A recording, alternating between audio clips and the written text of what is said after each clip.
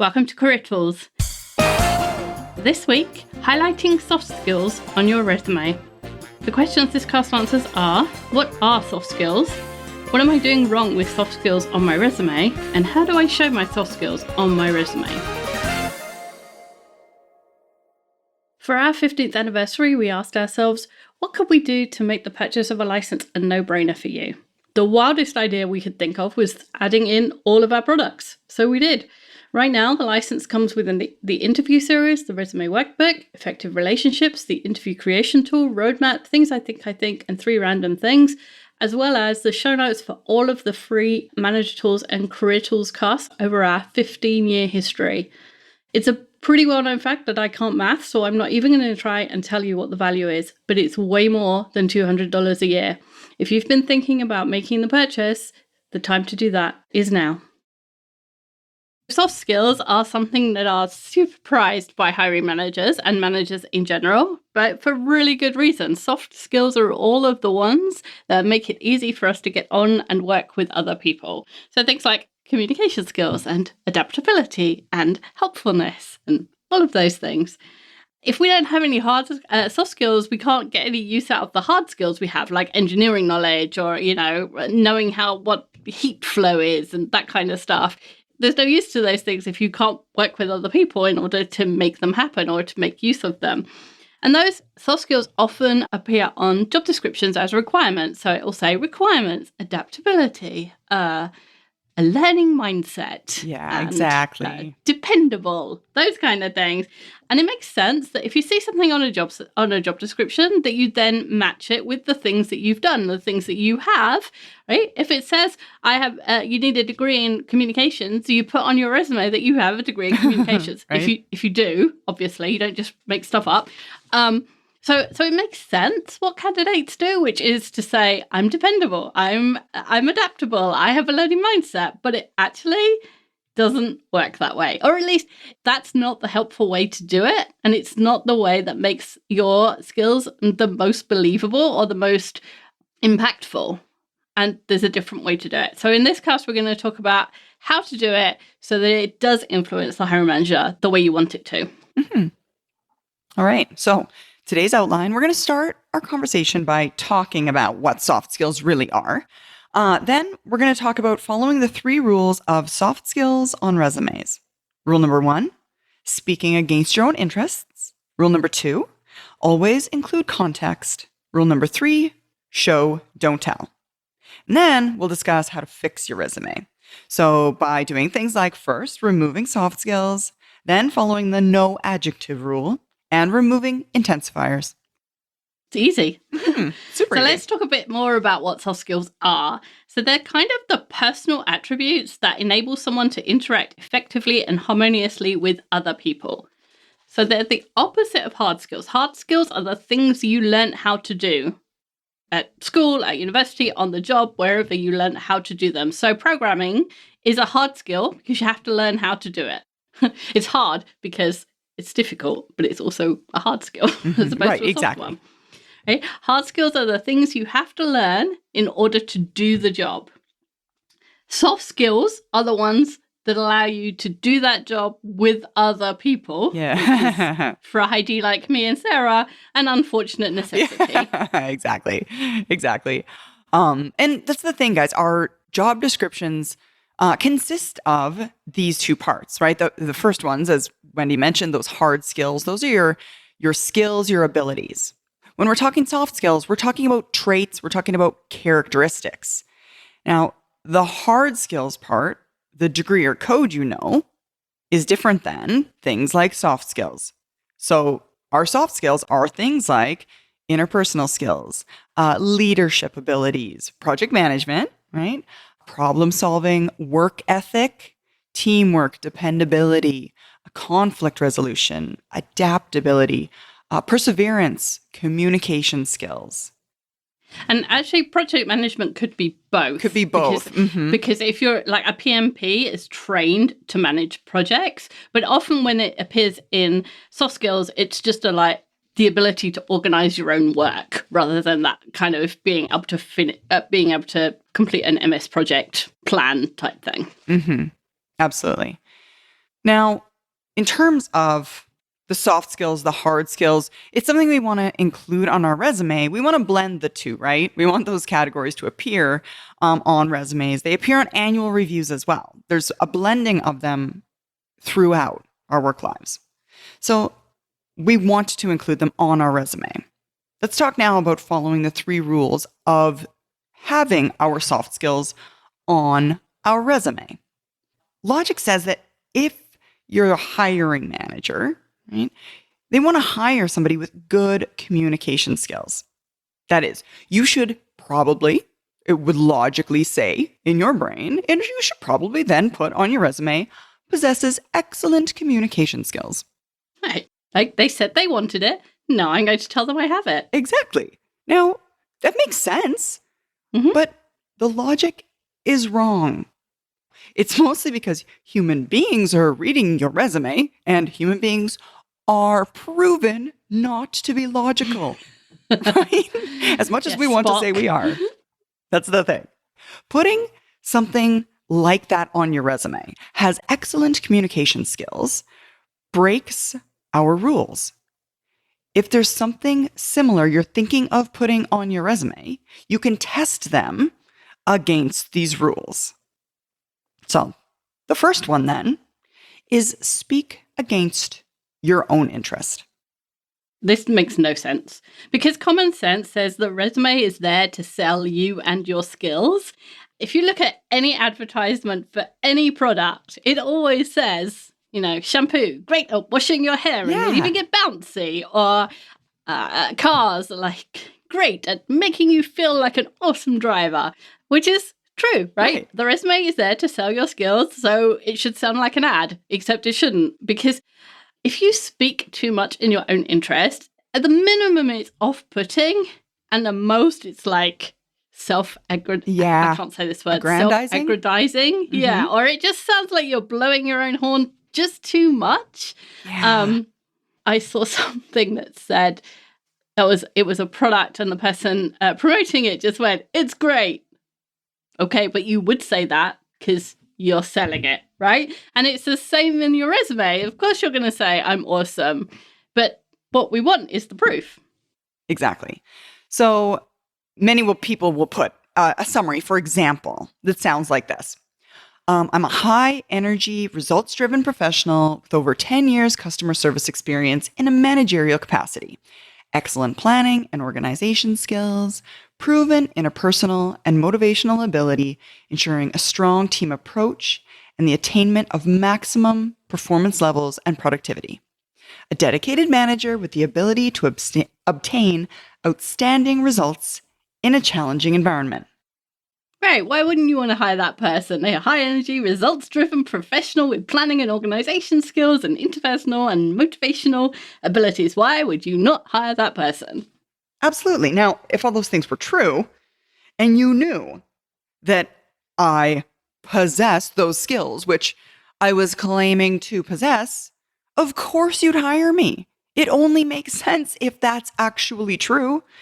Now, the problem is when our brains read a paragraph like that is written by the person themselves, we don't actually have proof that any of it is true.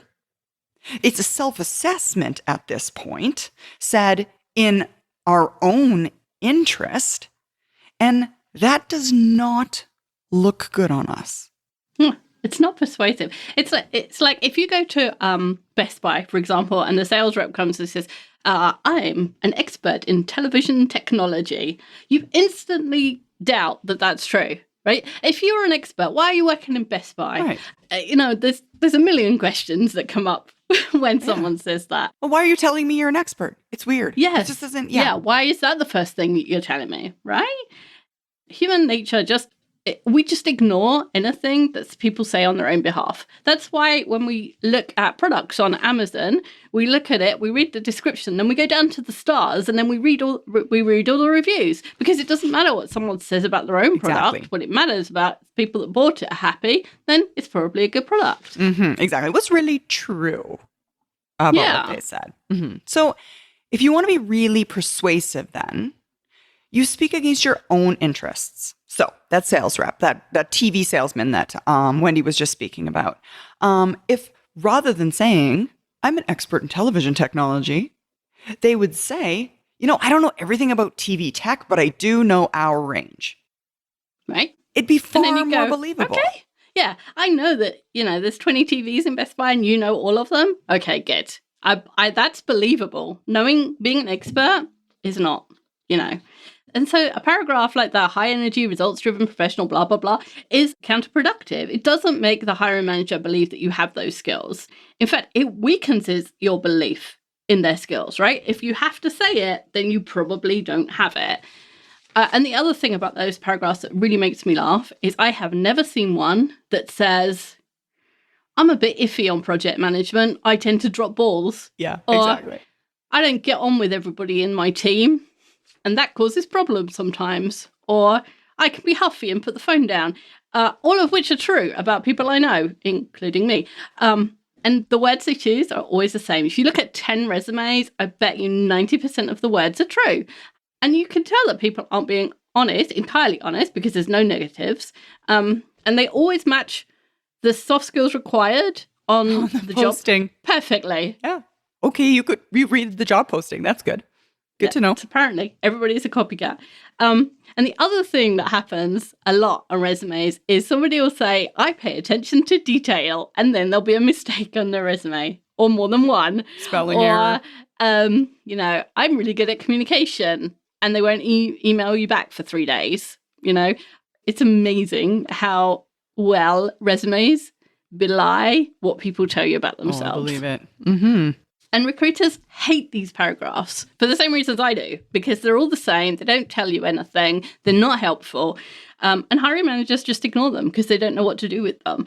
And so if you're writing a list of vocabulary, a vocabulary word list, I guess, that you've copied off somewhere, or you've copied off the job description in an attempt to highlight soft skills when they're not linked to results, is seen as self-aggrandizing. Mm-hmm. Thank you. And it's being ignored. So you've just wasted 5 lines of your resume. So don't do that. Don't do that. Not useful. All right. Next up then is always include context. Now, there's another reasons that paragraphs like the one we just discussed don't work, which lead us to the right thing to do. Soft skills, to be clear, do not matter in isolation.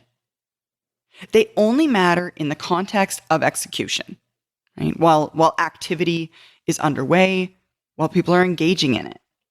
So like the manager's planning skills aren't important if they're not in a role where they have to do planning. Mm-hmm. Like that's great to have that skill. So how does that help? I was watching the cricket this morning because I'm in the UK and the cricket is on the TV. And it's like, the star batsman saying, I'm really good at swimming, really good at front crawl. Okay. But the cricket pitch is dry. Hopefully. It's not. It's raining right now. But front crawl doesn't help you be a good cricketer. I don't know. I guess it might help you build up muscles and stamina. But it's not something that's really important. What's really important is, can you bat and stay in and get runs? Being good at front crawl doesn't matter. And that's what, people include things because it's in the job description or because it's something they're really proud of. This one really hurts me. It's something they're really proud of. But if it's not relevant, it's not hurting you. And making people take things off their resume that they're really proud of is really hurt. It hurts. It hurts them. It upsets them, and it hurts me. But I know it's not doing them any good if it's not relevant to the role that they're going for. Mm-hmm. Absolutely. So going back to that, is it a batter or a cricketer in our example? The one in the show notes is a defensive lineman, which all the Americans will understand. Which Americans will understand. Okay, we'll so go with that. We'll go with defensive lineman. Somebody playing American football. Now, American football player, if he's putting out a resume, which is not really how it works, but let's say he's putting out a resume. If he was going to include on his resume that he's really great at the front crawl, he's wasting space that could be used for something more important. And even if the skills are more relevant than front crawl, for our defensive alignment. They still only matter if the person that's using them is going to achieve something important to the organization, right? Great communication skills only matter if you're using them to deliver more projects on time and on budget. But that's why companies want great communication skills. Mm-hmm. They don't want them just because they want you to be really good at chatting during the coffee break. Yeah. Right? Like, I really like conversational skills. We want our people to be chatty. That's not really it. It helps you get the job done, right? Right. Like customer service skills. They matter if you're using them to decrease the number of complaints that your customers make. These things are all important, but again, they require context. Attention to detail matters if and only if you're using your attention to detail to save the company money when you're reviewing contracts or proposals, right? We want to find a way to highlight our soft skills through our abilities. Yeah, we want to talk about the results that we get from them.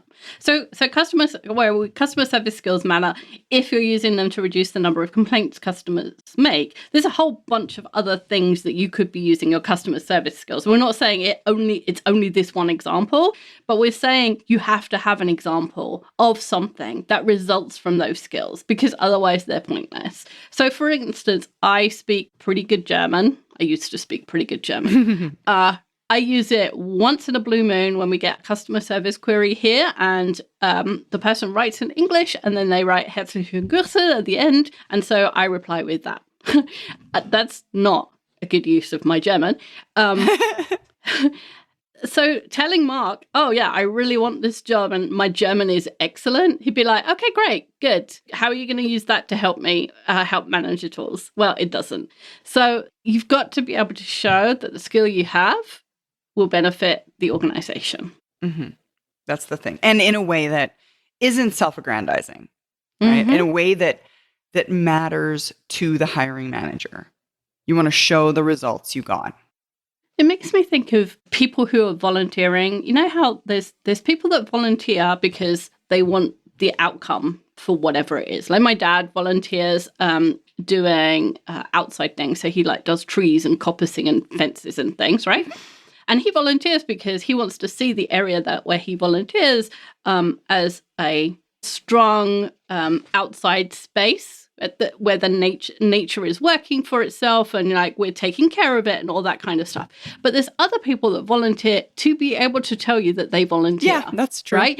They want to be able to say, yeah, I give 10 hours of my week to whatever. And it's not the end product. It's not their customers or whatever that they care about. It's being able to say I'm a volunteer. And it's kind of like this in that it only matters if you really care about, it's like donations as well. People donate money because they get want their name on the building. Yeah, exactly. and we don't like that.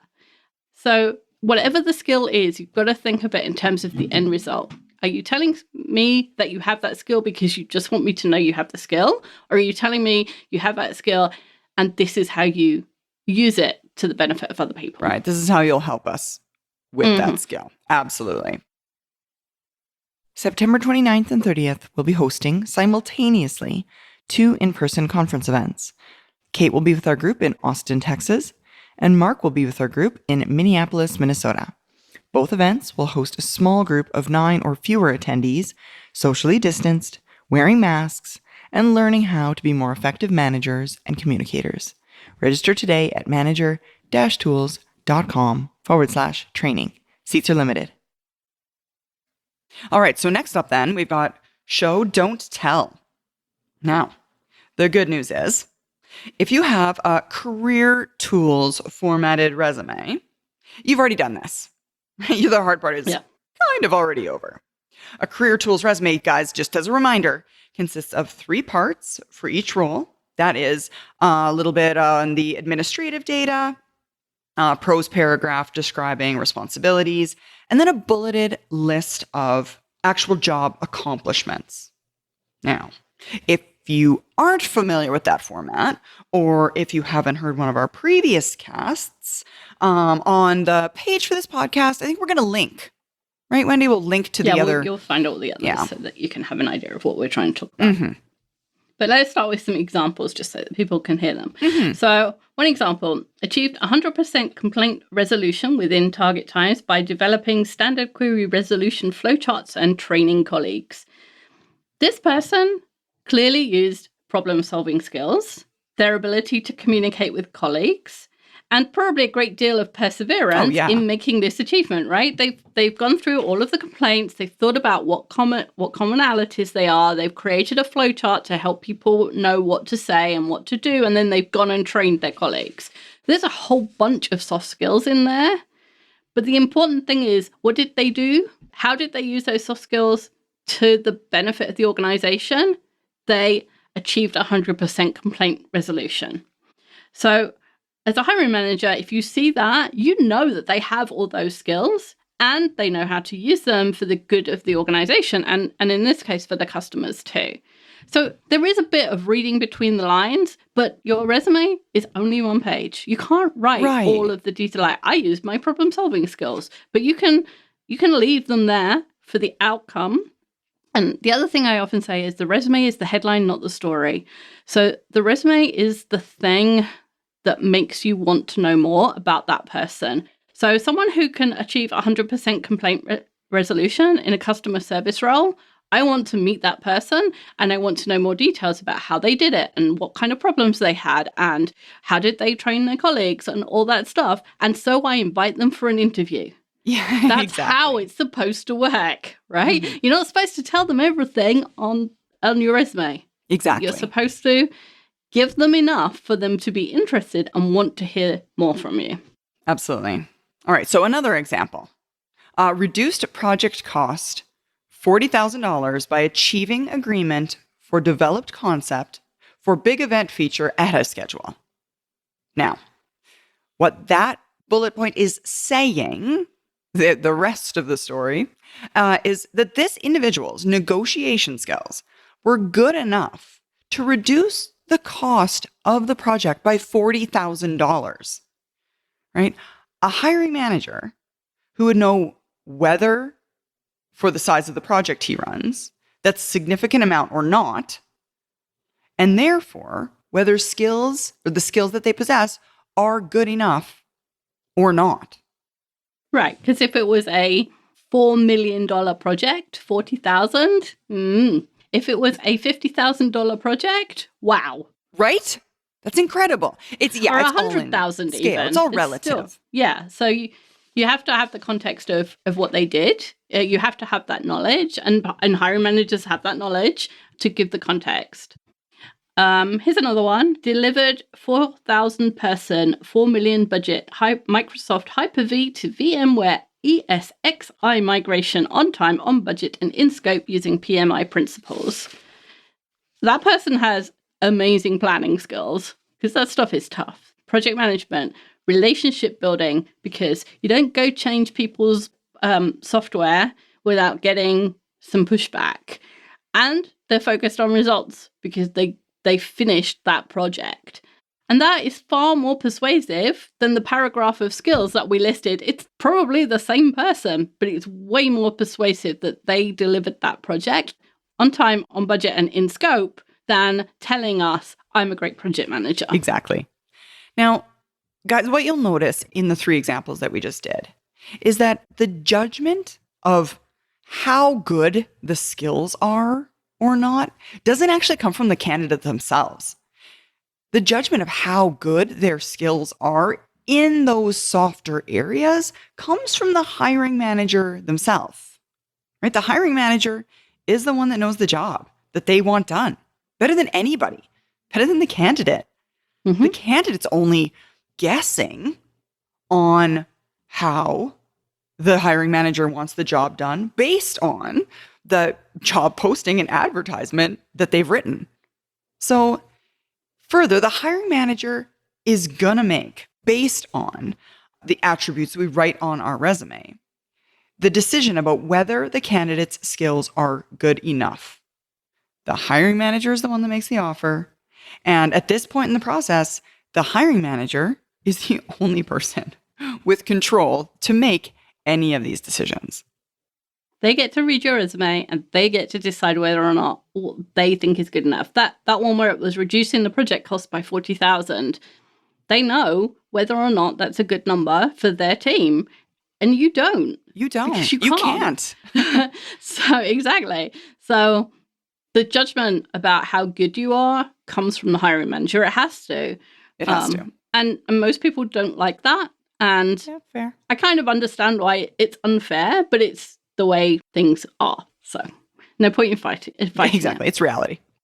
So if you've realized you've made some of those mistakes, let's go ahead and fix your resume. So the first thing is remove the soft skills. So if you have one of those soft skills paragraphs or a summary paragraph, take it out and put in more accomplishments. Remove phrases like problem-solving skills and professional speaking abilities or any of the other soft skills that we've talked about. Just take them out. Mm-hmm. Absolutely. Next up then is follow the no adjective rule. Now, another place that the wrong way to highlight your soft skills on resumes can be hidden is in the use of adjectives, right? Adjectives name attributes of things.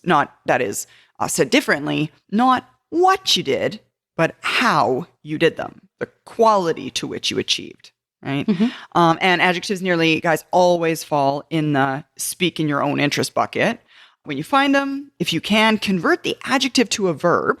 We'll show you some examples of that. It can be done. And then you can just remove your adjectives altogether. So some conversion examples. If your resume says on it collaborative, change it to say collaborated. Yeah. So collaborative is what you are. It's a description of something you are. Collaborated is something you did. And then because you've written collaborated, you then have to say what you've achieved. It's kind of, you're forced into it, which is a good thing. Which is a good thing, a really good thing. So another one then, persuasive versus negotiated, right? Persuasive is something someone is, and negotiated is something you did. Exactly. Innovative versus created. Innovative people create things. So what did you create? So what did you create? Exactly. And then decisive to decided. I make decisions. Okay. Tell people what decisions you made. What did I decide, right? Exactly. And here's some examples to remove because they can't be turned into an action. That they can't be changed into a verb. Things like tolerant, optimistic, reliable, versatile, respectful, dedicated, energetic.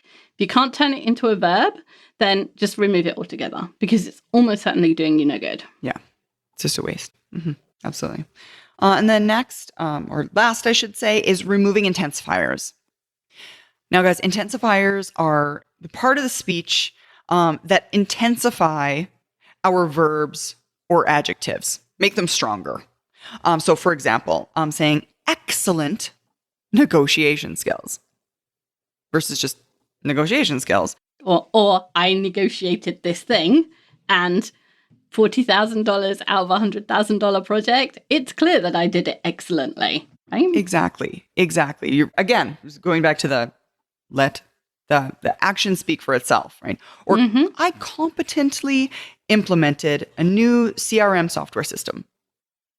And as a hiring manager, I'm like, what does that mean then? Like what's the definition of competent in this case? Is it on time, on budget, and in scope? Because that's the only way I think a project should be done, right? That's my definition of competently. Right. And next up then, highly organized versus just organized. Yeah, or what did you organize? Right, or what did you organize? Exactly. Or strong written and verbal communication skills. Says who? Weak. Exactly. Oh, you? Okay. That's why I discount that. Right, exactly. And then superior training abilities. Again, like define superior. Superior. What is superior? There's a difference between saying superior training abilities and I get 90% of my training that I've given has an NPS score of 80 or above, right? Exactly. Oh, so the people that attended your sessions 8 out of 10 times will recommend that to other people. That's a much better, much more persuasive, a much better measure of how good a trainer you are than saying superior training abilities. And the other thing as a recruiter, I would look at those and instantly think is not only what's your measure, because maybe we disagree about what the measure is, but also why don't you have the defined measure, right? So if Sarah can say 80% of the time she gets an NPS of over 80, I don't know if that's true or not. It's probably better than that, but she knows what matters to the people attending, and she's measuring it, and she knows what a good standard is. Mm-hmm. If somebody writes superior, they either are not measuring, or their measurement, their achievement is bad, and they don't want to say it. So if Sarah's achievement was 80% of the time she gets an NPS of minus 80, then she wouldn't want to write that on her resume. Right. But she might write superior training skills. And maybe she thinks that is superior, but as a hiring manager, I wouldn't think it was superior. So it's either you don't know what you're doing because you don't know how to measure it, or you measured it and the measure is bad. And so it's all negative thought for the hiring manager or the recruiter. It's all, okay, what's this person hiding? And if they're hiding something, you don't invite them to an interview to find out what they're hiding. Right? It's exactly. Just like, why would I waste my time?